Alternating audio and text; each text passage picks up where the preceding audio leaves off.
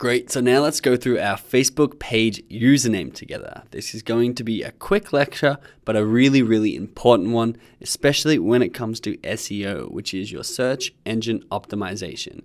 Meaning anytime someone's typing your name or your product or your niche into Google or into Facebook, you're more likely to pop up and be discovered, either by people looking for you or people just looking for the service or product that you offer.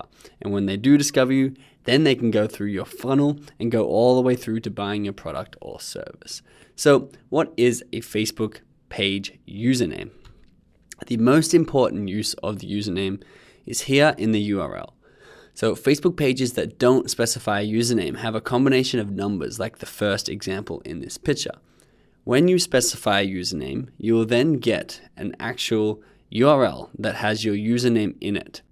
So this means that your Facebook username will have to be unique from any other page, and it will serve as your unique Facebook page identifier.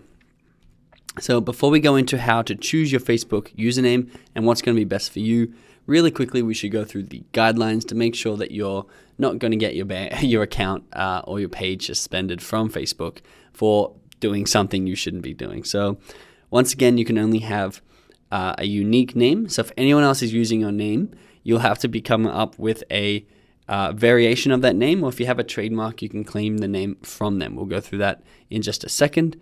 They can only contain numbers and letters. So unfortunately, you can't put dashes in there. You can't put extensions like .com or .net like your website, just numbers and letters.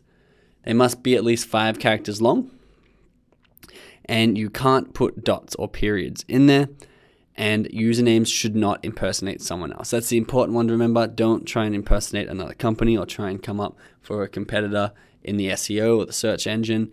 Just put in whatever your name needs to be in there. Now, what does your name need to be?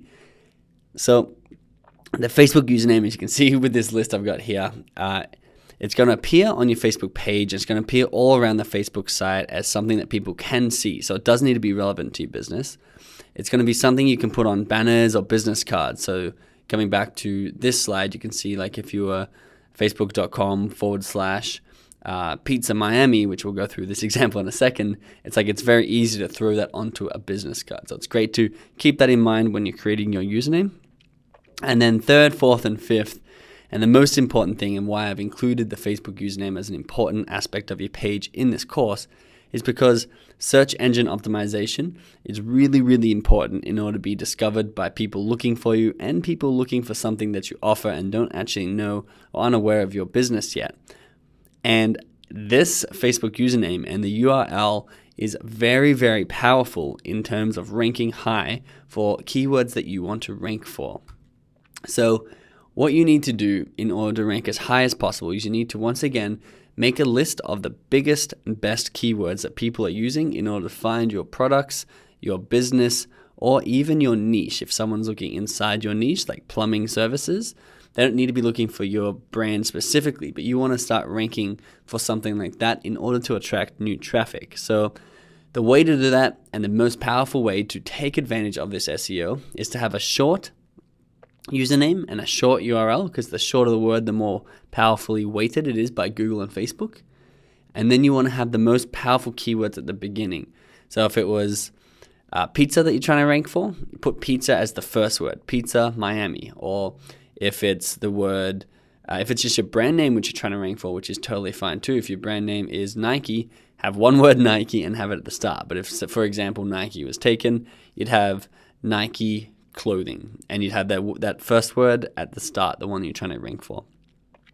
And then if your username is already taken, which it's very likely to be, even if it's your brand name, you need to put a modifier onto it. So the best ways to do that is to add a location, such as Giuseppe Pizza Miami, official, such as Giuseppe Pizza Official, the in front of your name, so the Giuseppe Pizza, or a descriptor if the username is taken. So for example, if the username was running 5K, it could be running 5K app if you use an app. So very important that you find a good keyword to use and put it inside of your Facebook username. And it's also SEO optimized and of course relevant to your brand and not trying to impersonate someone else.